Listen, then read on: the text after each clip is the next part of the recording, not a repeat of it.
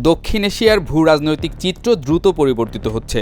Bharat Philippine প্রতিরক্ষা সহযোগিতা এবং বাংলাদেশের ক্রমবর্ধমান চীন নির্ভরতা নতুন কৌশলগত সমীকরণ তৈরি করছে। বাংলাদেশের জন্য এটি কেবল কূটনৈতিক চ্যালেঞ্জই নয়, বরং অর্থনৈতিক ও নিরাপত্তাজনিত ঝুঁকি বিবেচনায়ও গুরুত্বপূর্ণ।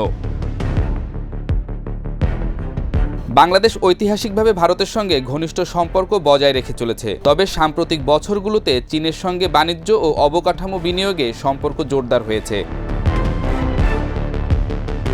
চীন বাংলাদেশকে ৯৭% পণ্যের জন্য শুল্কমুক্ত প্রবেশাধিকার দিয়েছে, যা অর্থনৈতিক ক্ষেত্রে বাংলাদেশের জন্য লাভজনক হলেও ভারতের উদ্বেগের কারণ। প্রতিরক্ষা খাতে চীন বাংলাদেশের বৃহত্তম সরঞ্জাম সরবরাহকারী, যা ভারত বাংলাদেশে প্রতিরক্ষা সহযোগিতার সঙ্গে প্রতিযোগিতা তৈরি করছে।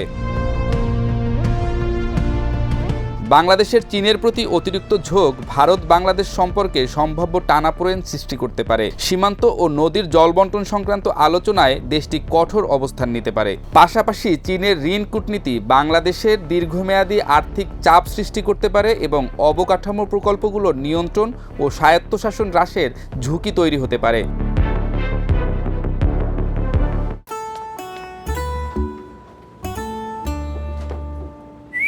এই ঈদে জুয়েলারি ক্লোদিংয়ে বিকাশ পেমেন্টে ডিসকাউন্ট। বাংলাদেশ যদি ভারসাম্য বজায় না রাখতে পারে, তবে এটি আন্তর্জাতিক কৌশলগত প্রতিদ্বন্দ্বিতার কেন্দ্রবিন্দুতে পরিণত হতে পারে। যুক্তরাষ্ট্র, জাপান ও ইউরোপীয় ইউনিয়নের এ অঞ্চলে ভারসাম্য রক্ষায় ভূমিকা রাখার সম্ভাবনাও অবিশ্বাস্য নয়।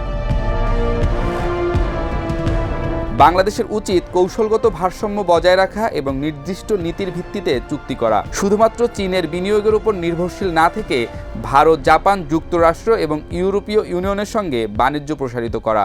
স্থানীয় শিল্প ও উৎপাদনশীল খাতকে শক্তিশালী করে আত্মনির্ভরশীলতা বৃদ্ধি করাও যুগান্তকারী সিদ্ধান্ত হতে পারে।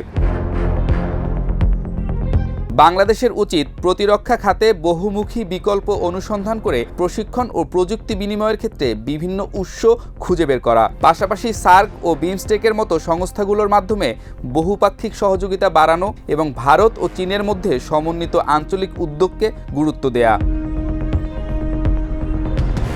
বাংলাদেশের সামনে এখন সবচেয়ে বড় চ্যালেঞ্জ হলো কৌশলগত ভারসাম্য বজায় রাখা। ভারতের ঐতিহাসিক বন্ধুত্ব এবং নিরাপত্তার সম্পর্কের পাশাপাশি চীনের আর্থিক ও অবকাঠামোগত সহায়তা, এই দুই শক্তির মধ্যে ভারসাম্য বজায় রাখতে না পারলে দীর্ঘমেয়াদে তা দেশের জন্য কৌশলগত জটিলতা তৈরি করতে পারে। দক্ষ কূটনীতি ও সাবধানী পদক্ষেপের মাধ্যমেই বাংলাদেশ এই ভূ রাজনৈতিক প্রতিদ্বন্দ্বিতার মধ্যে নিজেদের অবস্থান শক্তিশালী করতে পারে।